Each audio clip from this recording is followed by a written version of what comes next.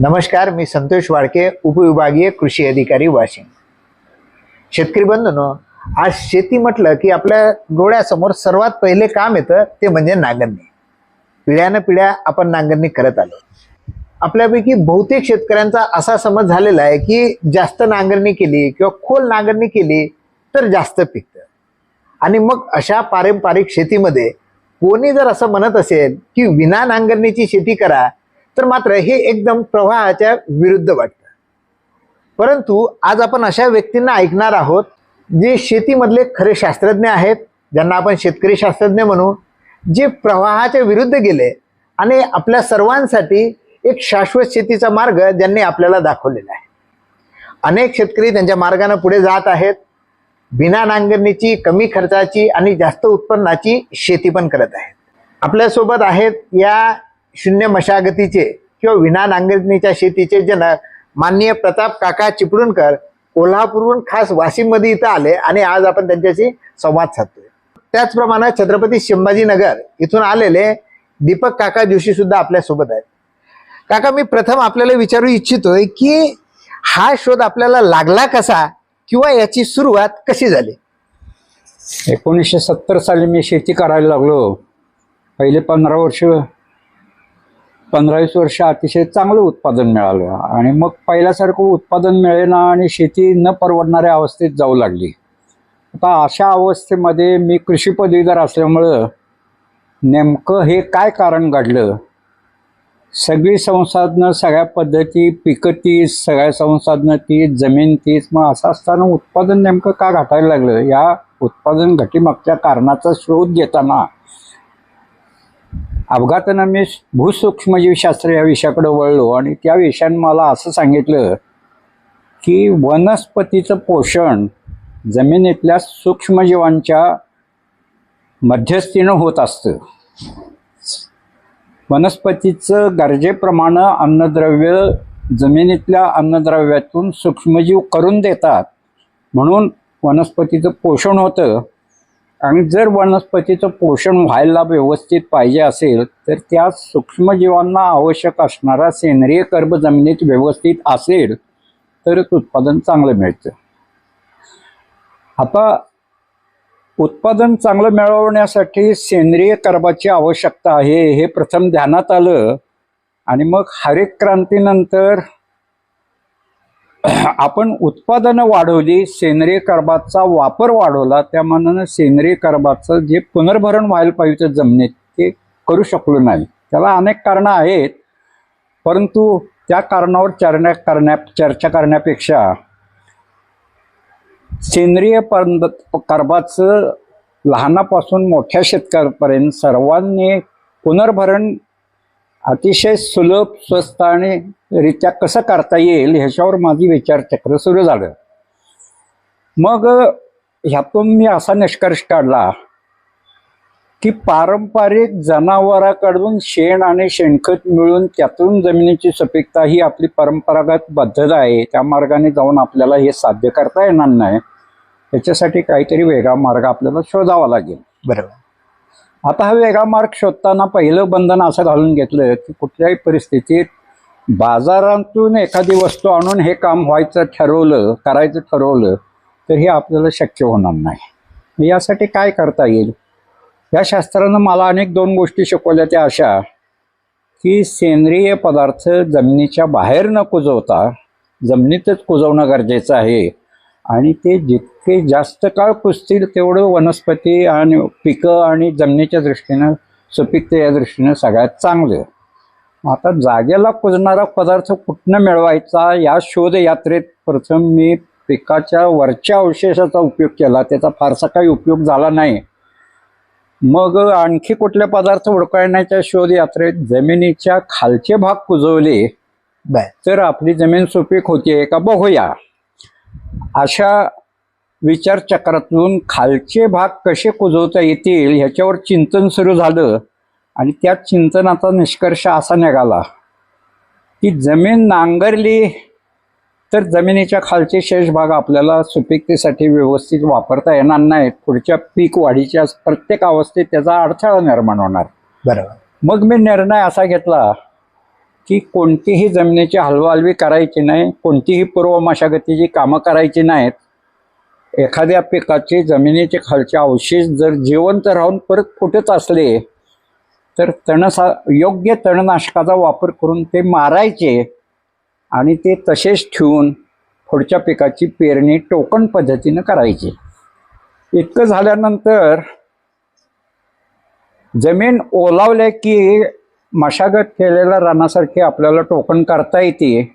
अशा पद्धतीनं टोकन केली आणि जमिनीखालचे अवशेष कुजवल्यानंतर एकाच वर्षात गेली 30-35 वर्ष जमीन वापरून खराब केली होती आणि उत्पादन घटत होतं, ते एकाच वर्षात 50% वाढ मिळाली. बरोबर. आता 50% वाढ नेमकी कशामुळे मिळाली याचा परत ज्या वेळेला शोध घेतला त्यावेळेला असं लक्षात आलं की जमिनीच्या खालच्या भागामध्ये चुलीमध्ये उष्णता द्यायची जास्त शक्ती असते जमिनीच्या वरच्या भागात पिकाच्या वरच्या भागाच्या तुलनेत. बरोबर.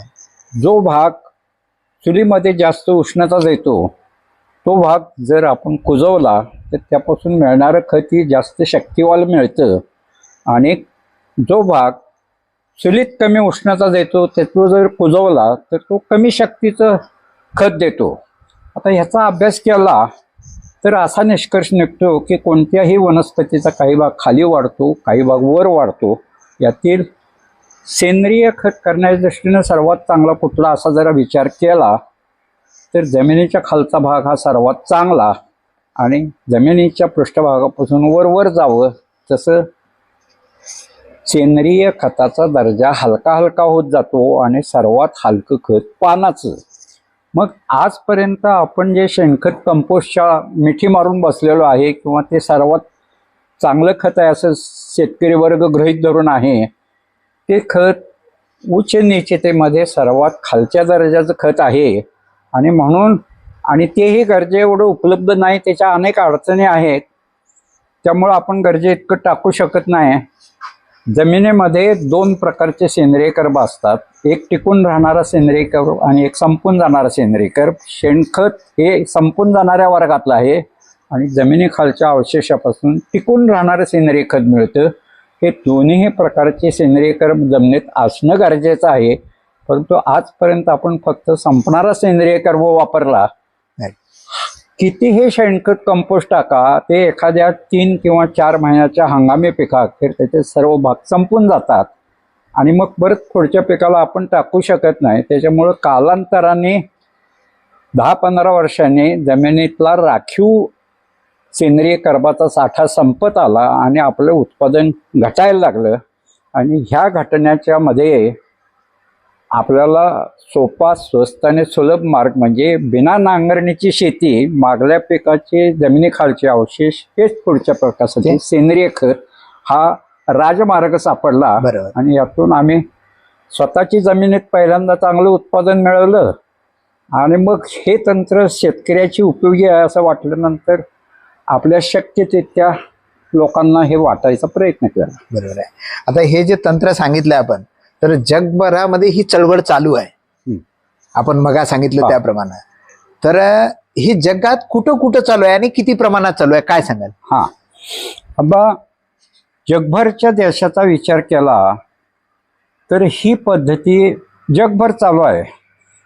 हे मला केव्हा कळलं तर 2005 साली मी ह्या तंत्रानं शेती करायला लागलो आणि 2007 साली एक अशी बातमी आली की 2008 साली नवी दिल्लीत एक मोठं जागतिक पातळीवरचं प्रदर्शन म्हणणार आहे आणि त्या अधिवेशनाचा विषय बिना नांगरणी शेती असा आहे. आता तत्पूर्वी 3 वर्ष मी बिना नांगरणी शेती करायला लागल्यानंतर जगभरातलं जागतिक पातळीवरच्या अधिवेशनामध्ये बिना नांगरणीवर नेमकी काय चर्चा होणार आहे याची मला प्रचंड उत्सुकता लागली ती. माझा भारतीय कृषी अनुसंधान संस्थेमध्ये एक असिस्टंट डायरेक्टर जनरल सीड या पदावर मित्र होता. त्याच्या पाठीमागे लागून मी त्या परिषदेची सगळी कागदपत्र गोळा केली आणि परिषदेच्या सगळ्या कागदपत्राचा मी अभ्यास केला. त्या अभ्यासातून असं दिसलं की जगभरातल्या 100पेक्षा जास्त देशामध्ये बिना नांगरणी शेतीचं काम चालू आहे. 2008 सालच्या सर्वेक्षणानुसार जगभरात 14 लाख हेक्टरपेक्षा जास्त जमीन बिना नांगरणी शेतीमध्ये जगभरात होती. आता विशेष करून आपल्याला इथं नोंद सांगण्यासाठी सारखी अशी आहे की ब्राझील या देशाचा अभ्यास इतर जगाच्या तुलनेत खूप वेगळा आहे. ब्राझील या देशामध्ये खनिज तेल सापडत नाही, त्याच्यामुळे त्यांना संपूर्ण खनिज तेल बाहेरून आयात करावं लागतं. देशाचं धोरण असं आहे की बाहेरून आयात करायला लागू नये म्हणून देशात खनिज तेलाचा वापर कमीत कमी व्हायला पाहिजे.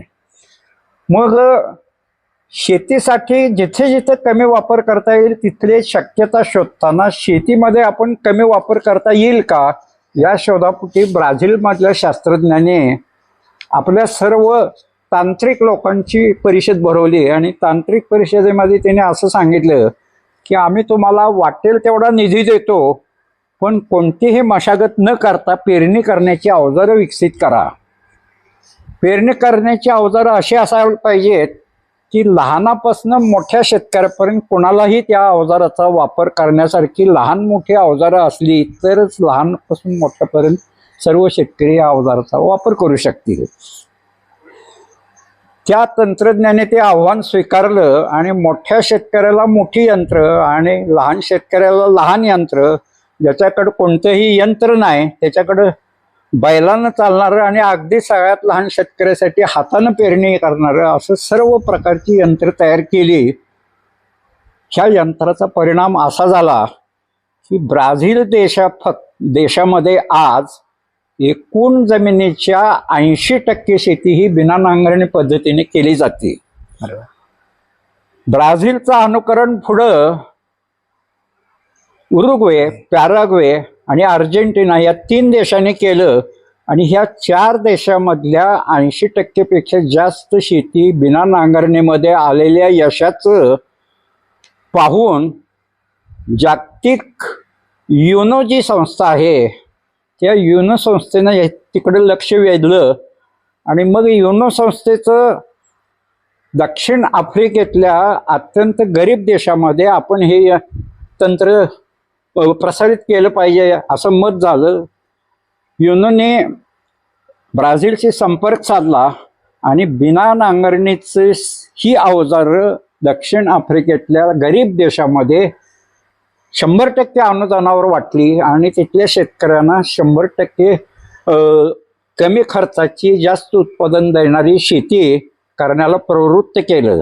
आज अभ्यास केला तर इटलीमधल्या रोम येथे युनोचं बिना नांगरणीच्या शेतीचं जागतिक पातळीवरचं कार्यालय आहे आणि त्या कार्यालयातून जगभरचं काम हाताळलं जातं. आता 1936 साली प्लाउमन्स फॉली म्हणून जगभरातलं पहिलं बिना नांगरणीचं कादंबरी म्हणजे ग्रंथ प्रकाशित झाला. गेल्या वर्षी तो ग्रंथ मला उपलब्ध झाला आणि मी त्याचा संपूर्ण अभ्यास केला. त्यानंतर सूक्ष्मजीवशास्त्राचे अनेक ग्रंथ मी वाचले होते, पण त्याच्यामध्ये या बिना नांगरणीचा उल्लेख कुठेतरी मधनं होता, परंतु हा विषय जोपर्यंत डोक्यात नव्हता तोपर्यंत मला त्यातलं काही लक्षात आलं नाही. परंतु मी बिना नांगरणी शेती करायला लागल्यानंतर परत ती पुस्तकाची उजळणी केली त्यावेळेला हा संदर्भ आपण पूर्वी वाचलाय, अनेक पुस्तकामध्ये ते सापडलं, पण ज्या वेळेला आपल्या डोक्यात हा विषय नसतो त्यावेळेला आपलं लक्ष त्या विषयाकडे वेधलं जात नाही. आज भारतात परिस्थिती अशी आहे की पंजाब, हरियाणा आणि उत्तर प्रदेशचा हिमाचलकडचा भाग, ह्या भागामध्ये मान्सून महाराष्ट्रामध्ये 7 जूनला येतो आणि त्यांच्याकडे जुलै ऑगस्ट असा पुढं जातो. त्यांच्या खरीपाच्या पेरण्या उशिरा होतात, त्याच्यामुळे त्यांच्या खरीपाच्या कापण्या उशिरा होतात आणि कापण्या उशिरा म्हणजे त्यांचं मुख्य रब्बी पीक जे गहू आहे त्याच्या पेरणीला मशागत करून पेरायचं म्हटलं तर खूप उशीर होतो. आणि गहू पीक हे थंडीला अतिशय संवेदनशील आहे. पेरणी जर पुढे गेली तर रोज किती गहू पिकाच्या उत्पादनाचं नुकसान होतं असं त्यांनी गणित केलंय. आणि म्हणून अशा बिना नांगरणी पद्धतीचा भारतात प्रामुख्यानं वापर पंजाब, हरियाणा आणि उत्तर प्रदेशचा हिमालयाकडचा भाग इथं खूप मोठ्या प्रमाणावर केला जातो. बरोबर. परंतु बाकीच्या राज्यामध्ये खरीप पिकाच्या कापणीनंतर रब्बीला बऱ्यापैकी मशागतीला वेळ मिळतो, म्हणून अजूनपर्यंत तरी भारताच्या इतर राज्यांनी ह्या तंत्राकडे लक्ष दिलेलं नाही. महाराष्ट्रही याला अपवाद नाही. एक असं दिसतंय की बऱ्याच शेतकऱ्यांना हे शास्त्र कळालं, म्हणजे जेव्हा ते एखादा युट्यूबवर व्हिडिओ बघतात तर हे म्हणतात की हे आम्हाला कळालं, यामुळे सुपीकता वाढते, हे पण कळालं. आता बाहेर देशाचे आपण उदाहरण दिले, ते इतर लोकांपर्यंत या सोशल मीडियाद्वारा जातात, हे सगळं कळालं. परंतु त्याच्या काही प्रॅक्टिकल अडचणी आहेत. मी आपल्याला पण त्या प्रॅक्टिकल अडचणी विचारणार आहेत की शेतकरी असं सांगतात की बिना नांगरणीची शेती करायची, मग पेरायचं कसं, हा त्यांच्या पुढचा एक प्रश्न राहतो. सीडबेड कसा तयार होणार. दुसरा राहतोय की मग बिना नांगरणी जर आम्ही शेती केली तर आमच्या शेतीमध्ये तण खूप मोठ्या प्रमाणात उगवतं आणि मग तणाचं नियंत्रण कसं करायचं. आधीच तर आहे त्या याच्यामध्ये नांगरणी करून सुद्धा पाहिजे तसं नियंत्रण होत नाही आणि याच्यामुळे तर आणखीन वाढणार. हा पण त्यांचा एक प्रश्न राहतो. सोबत काही जण असं सांगतायत की नांगरणी केली तर आमच्या जमिनीमध्ये पाणी मुरतं, साचले दिसतं. नांगरणी जर नाही केली तर पाणी सगळं वाहून जात. हा, जमीन आमची नांगरणीमुळे भुसभुशीत होते, ते त्याच्यामुळे होणार नाही. अशी 4 प्रश्न अनेक शेतकऱ्यांना अडवतात किंवा पुढे जाऊ देत नाही. तर याच्याबद्दल काय सांगाल. आता हा प्रश्न अगदी बरोबर आहे. आपल्यावर हजारो वर्षाची नांगरणीची परंपरा आहे. नांगरणी नेमकी कशासाठी केली जाते. आता शेतकऱ्यांना जर सांगितलं नांगरू नका तर कोणीही प्रथम ते ऐकणं शक्यच नाही, कारण ही परंपरा नांगरणीची पिढ्यानपिढ्या हजारो वर्षाची आहे. आपला जे दैवत आहे ते कृष्णाचा भाऊ बळीरामाच्या पाठीवर नांगर आहे, म्हणजे केव्हापासून नांगरणी चालू झाली असेल हे आपल्याला कळू शकतं. महाभारतामध्ये सीतेचा जन्म नांगरताना झाला, बरोबर आहे, पासून आपल्याला नांगर जाणवत. तर मग इतक्या पूर्वीपासून जर आपण नांगरत आहोत आणि आज तुम्ही जर बिना नांगरणी करा म्हटलं तर हे कसं पीकच येणं शक्य नाही, असे बरेच लोकांना एक शंका असते. परंतु ह्याच्यात खोलात जाऊन अभ्यास केला तर शेतकऱ्यांना समजेल अशी बिना नांगरणीची शेती असं नाव दिलं जातं. वास्तवात ही बिना नांगरणीची शेती नाही आहे.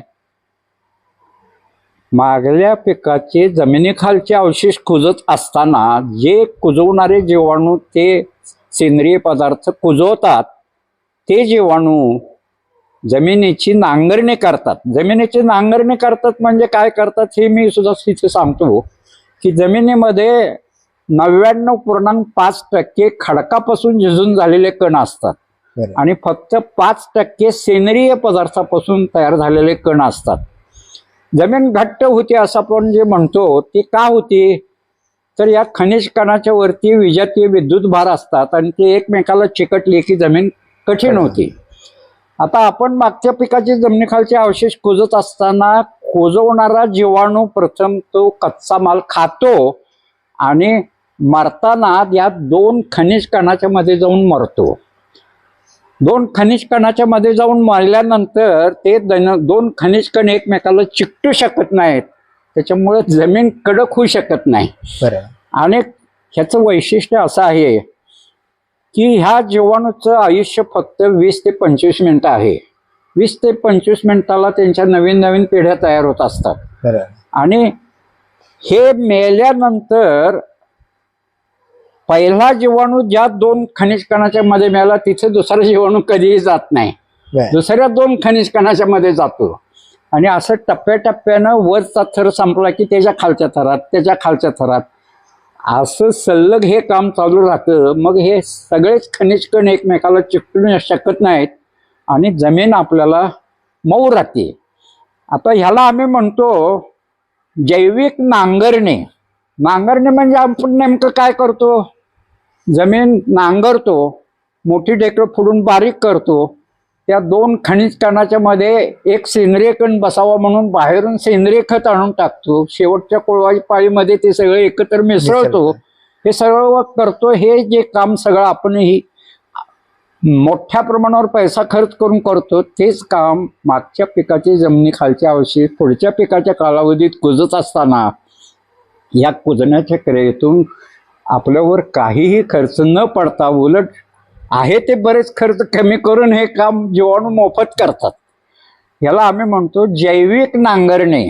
ही जैविक नांगरणी 12 महिने 24 तास चालू असती आणि ह्याच्यामुळं आपल्याला असं वाटलं जरी तरी इथं आपण नांगर चालवत नाही, मग ही जमीन दगडासारखी कडक होईल, ह्यात पेरणी करता येईल का? पण ही जमीन अतिशय भुसभुशीत असते, त्याच्यात व्यवस्थित आपण पेरू शकतो.